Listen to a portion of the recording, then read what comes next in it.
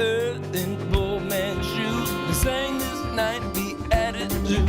In a decade defined by its love for glitz and excess, Lyle Lovett launched a sophisticated, no-frills approach to a career that has made him stand out amongst the arena country stars of the same era. Yes, yes, yes. He's been writing and performing for 40 years, has won 4 Grammys, and released 12 albums while staying consistent to that melting pot influence he's always held on to. And while he recently released his song, Pants is Overrated, I can guarantee you that today, that's not the case. And children come into this world. He's one of the most compelling and captivating musicians in popular music. He also happens to be a close friend. And today in Spring, Texas, pants are very much encouraged. Yes, yes. I'm Kyle Petty, race car driver, musician, speed enthusiast. I know where I found my passions in life, but I'm always curious about where others found theirs. And I've figured out over the years, the best way to get to know someone better is over a little food. So I'm hitting the road to catch up with some friends, to hear their life stories, and you're invited. Pull up a seat and join us for this edition of Dinner Drive.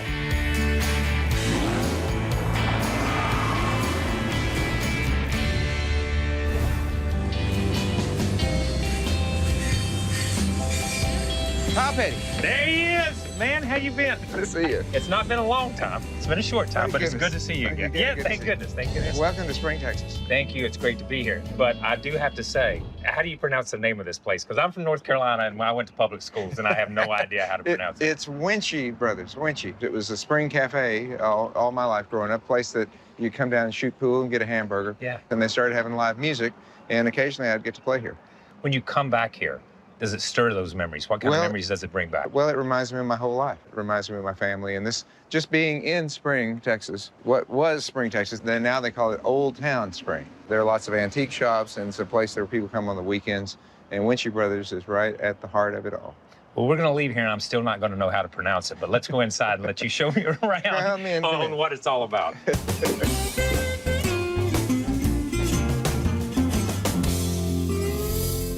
This was an old railroad hotel. And these were the hotel rooms. Oh, these were the rooms? Yeah, these are the rooms upstairs. Yeah. It's upstairs. Railroad tracks just right there. We'll have the train go. We've heard the train a couple of times, yes. So how often did you play here? You know, I got to play here once every couple of months or so. Yeah. They were really nice about letting me play here. And the best part about it was when the train would come by, people couldn't hear how bad I sounded. What about this couch? This couch looks familiar to me when I walked up on it. In 2012, Southern Living magazine was nice enough to do a story, and they let us take pictures here. This couch has been a great place to sit for me for a long time. No, we're not going to take the train to lunch. You got anything better sitting outside we're going to take to lunch? Well, are you going to let me show you my truck? I cannot wait, man. I've heard stories about the truck. Let's go. All right.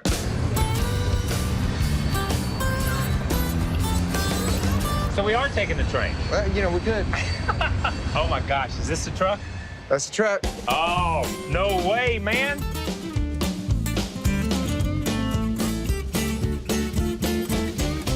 So it must be a rite of passage that you gotta have a truck in Texas. So tell me about this truck. My wife, April, and I had our first date in 1997 in this truck.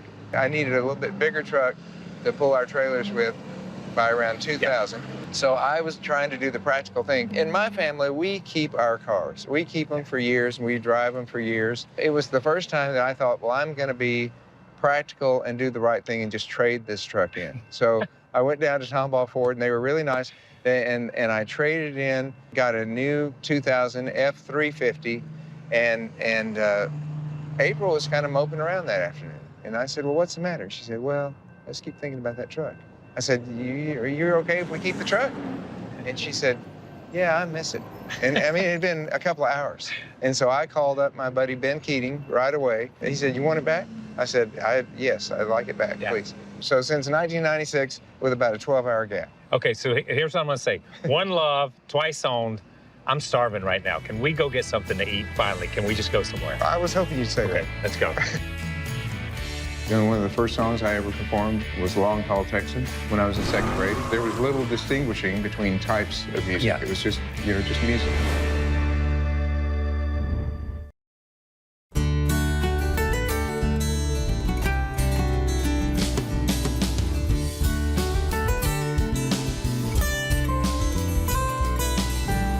So all these are original buildings? I mean, this was Spring. It was Spring, Texas, and now they call it Old Town Spring. But some of them are still original. Yeah. Like, for example, that house right there on the corner belonged to my great uncle, my grandfather's younger brother, who started a grocery business here in town and also a funeral home. That's my great Aunt Ella's house right there. Now This one right here? Now it's called On a Whim. On a Whim, yeah. On a Whim, a little gift shop. We'd come there every year for 4th of July. Wow. I have to say, this thing just purrs, but I don't know if it's a truck or if that's my stomach. Where are we going for dinner? There is a wonderful barbecue place here in Texas, so you got to have barbecue. Yeah, for sure. If you're disappointed in me, you won't be disappointed by CorkScrew BBQ. I've been waiting for this. Well, me too. Yeah, all day, after you. CorkScrew BBQ is exactly 7 miles from where I've lived my entire life. And I found out about CorkScrew from watching the Travel Channel. They were talking about #1 barbecue place in the country. And I'm thinking, okay, they're going to tell somebody from Texas what's good barbecue. Yeah. And I thought, well, what part of the country is it going to be from? And when they said it was in Old Town Spring, Texas, I practically jumped in my truck and came straight here. Here it is. And look at that. Are we gonna eat all of this? I'd like to, yes. Let's do it. So where should I start? Well, I would start with a rib and some brisket. Look, can't even pick it up. Can't even pick it up. Now, if you like barbecue sauce, they have barbecue sauce. You're from North Carolina. Y'all have barbecue sauce there. We have barbecue. It's a different kind of barbecue sauce. Now, you have a farm back home in North Carolina. I had a farm. I don't have one anymore. But did you raise livestock? What did you do on it? Rode motorcycles. That's one of the best things you can do. That's one of the best things you can do on a farm. That's right. Is ride motorcycles. Yep. Obviously, you're from here. What was this area like for a young Lyle Lovett? Growing up here was like growing up in small town America, where you knew everyone, everybody knew you. You know, you always had to watch your manners no matter where you were, because somebody could tell on you. You know. Somebody else's parents were watching you too. That's right. What Well, you that's said. exactly right. Yeah. And my parents both worked in Houston, which was about 28 miles south of our home. So I got lots of quality parenting from my grandparents and my aunts and uncles, and from friends of the family, people from church. It really was a wonderful, wonderful place to grow up. What kind of music did you grow up around your house? My parents listened to the radio in the car. Houston radio stations in the early 60s were diverse even then, you know, with pop radio and country radio. You know, you could listen to just about anything you wanted to. Gosh, I listened to the country radio, and one of the first songs I ever performed was Long Tall Texan when I was in 2nd grade. There was little distinguishing between types of music. It was just, you know, just music. It was just music. So I also read where singing was a part of your Lutheran education. Early on, our teachers, you know, started trying to put together a children's choir. They just lined us up against the back wall, against our lockers. And the principal of our school, Mr. Bartles, I just remember him walking down the line, and as our minister of music, Mr. Wentland, played piano, Mr. Bartles would lean his ear in close to you, and if you were singing in tune, you got to keep singing. And if you weren't singing in tune, you got put over in the other line. Now, the biggest disappointment to me was that the other line got to go out and have recess while we had to practice singing. It was great fun, you know, and those of us that sang together from 1st grade on. Wow. When did motorcycling or motorcycles enter your life? Oftentimes on the weekends when I was a boy, go to Galveston for the weekend. And there was a vendor on the beach there at Stewart Beach in Galveston who rented little Honda 65 step-through small motorcycles. And little trail Hondas. Exactly. Well, you could rent them and ride them up and down the beach. And my dad would do that occasionally, and I would sit behind him on that little Honda and you know, put my arms around him, and it just felt like the safest place in the world. And I had wonderful memories of that. And in 1969, my parents let me save up my yard mowing money that they gave me, you know, and then they pitched in some. I got to buy my first, it was a secondhand, little yellow and white Honda mini trailer. It was just the coolest thing ever. Yeah. It took about a month before my dad decided he needed a bike too. You went off to college, 17, Yes. Texas A&M. Yes, sir. Robert's house. Oh, yeah. Robert Earl Keen. Tell me a little bit about the house, the people that came through the house, and how that house and the music, the things that happened there influenced who you are. All right. I need a pickle, though. Okay, go ahead. You can have as many as you want. God, dog it. It's tough. I mean, just go. Rib. Go in. There you go. Get on in there. You studied for this, Kyle. I'm sorry. I just went to your show, man. I just went to your show, and you and Robert talk about the house and how Robert stayed at the Days Inn because the house would get too crowded. You know, that is just the God's truth. I met Robert Earl Keen in 1976. It was my first semester off campus. The apartment I stayed in was too far to walk. There was a consistent open parking space right around the corner from this old house where I noticed there'd be people out sitting on the front porch and oftentimes playing music. And so finally I got brave enough to walk up into their yard and listen to them a little bit. And they were very friendly, introduced themselves, and we got to be friends. That was it. And then Robert and I had an English class together after that, and so we got to be even closer. I was working at the time with the Coffee House on campus, which was a student organization that was mainly a forum for student performances. One of the first things I suggested to Robert Keen was, hey, you guys should come and play the basement coffee house. You guys should come and play the basement. Robert said, oh, no, we just play for fun. He said, besides, we don't even have a name. And I said, well, I think you do. I said, y'all are the Front Porch Boys. And so they did come down and play, and that's what they started calling themselves, Front Porch Boys. And they played together for, they'd go and play festivals, and they played together several years as the Front Porch Boys. So I was really proud of that and getting to name them. We're going to get into that in a minute. So, but I got to have some more of this barbecue right now. So let's fill up a little bit more, and then we'll get back to the conversation. Oh, look at this. I'm going to get all of that. This is good. Pulled pork was good. Oh. Yeah. Little Carolina for you? Little Carolina. It was close. It was close. Closer than I thought I was to Carolina. I will have to say that. I can't put you in a category. Is that the gift of Lyle Lovett, and are you just the caretaker of that gift? My music has always been hard to categorize or hard to find a place in the record store to put it.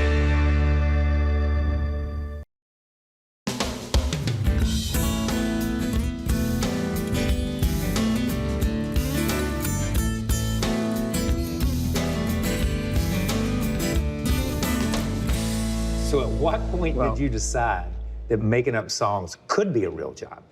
You know, it was in 1984. I was 26 years old, and I thought to myself, I need to figure this out. I need to figure out if this can be a job. I need to learn enough about the business to see if it is realistic, or I need to, get on with my life.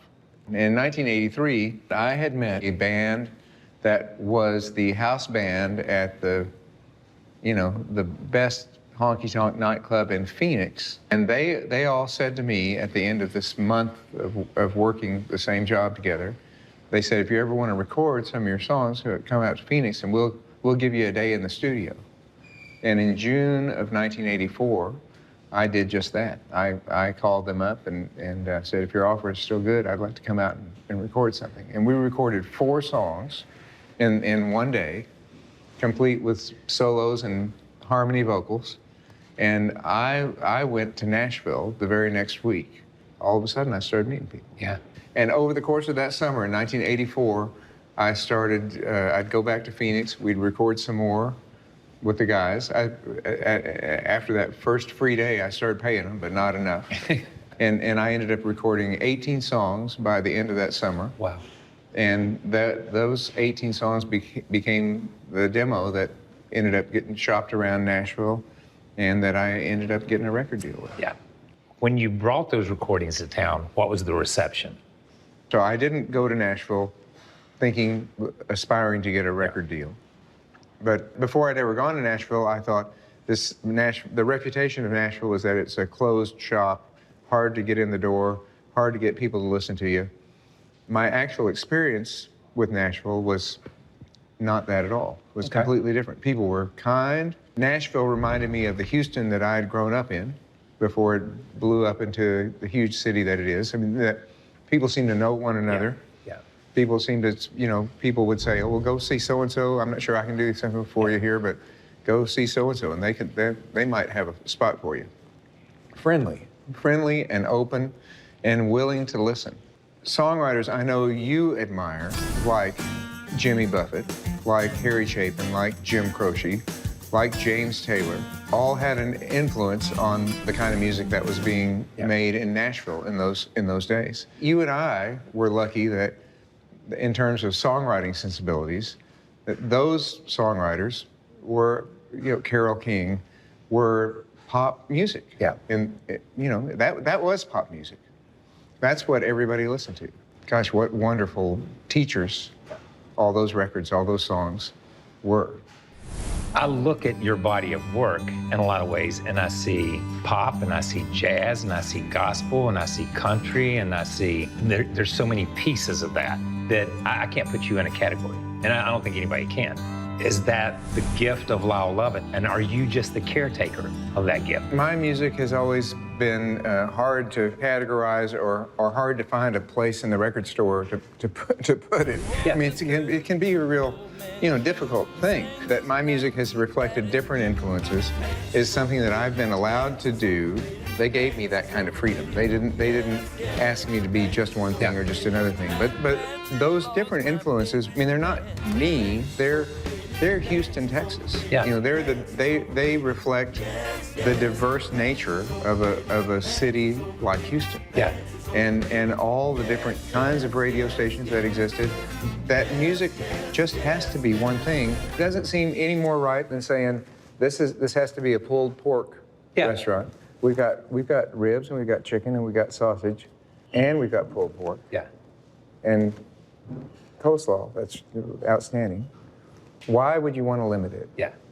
It can all be great barbecue. Yeah. Why would you limit it to just one thing? Great point. Where, how, and when did you find acting, or did acting find you? Oh goodness, I still don't do the things that I would need to do to be a real actor. Yeah. But I was, Robert Altman called me, and I'll never forget what he said. He said, "Hi, this is Bob Altman. Would you like to be in a movie?"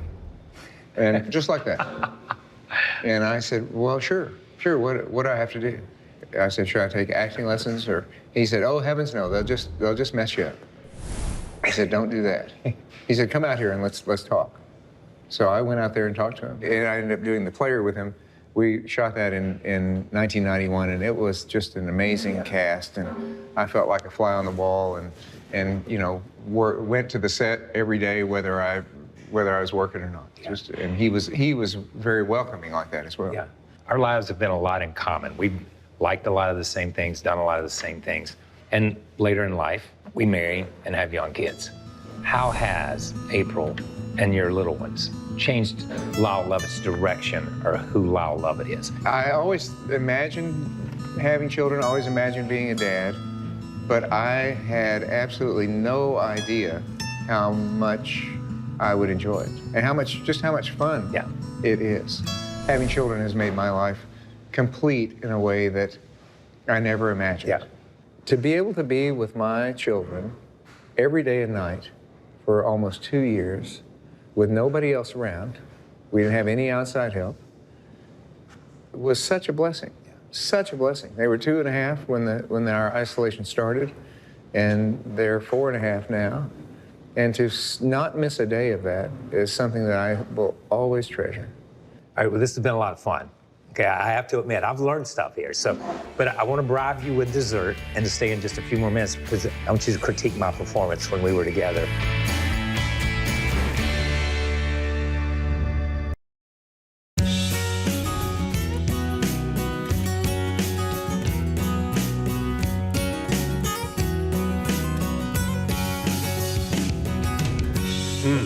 That's fantastic.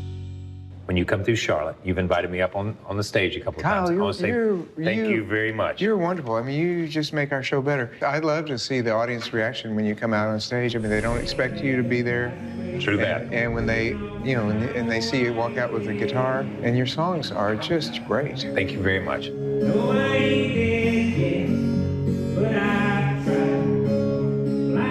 So I've been thinking as we've talked, we're a lot alike. You You like motorcycles? I love motorcycles. You play guitar? I kind of play at guitar. Okay, I'll go ahead and say that. We got young kids. If I move to Texas and get a horse and a pickup, do you think I could be a Texas singer-songwriter? Well, without question, without question. You're familiar with my songs, right? You're telling me I'm not from Texas, so I can't be one? Is that what you're trying to tell me? No. You're not from Texas? But Texas wants you anyway. Texas wants me anyway. That's what I wanted to hear, baby. I'm moving in, right next door to you. Thank you, Kyle. Thank you. It's been really fun. Thank you very much. No, I ain't dead yet, but I tried. I ain't done anything more to do unless it's why I ain't died. Everything I tried, life survived, somehow I'm still alive. Yeah, I ain't dead yet, but I tried.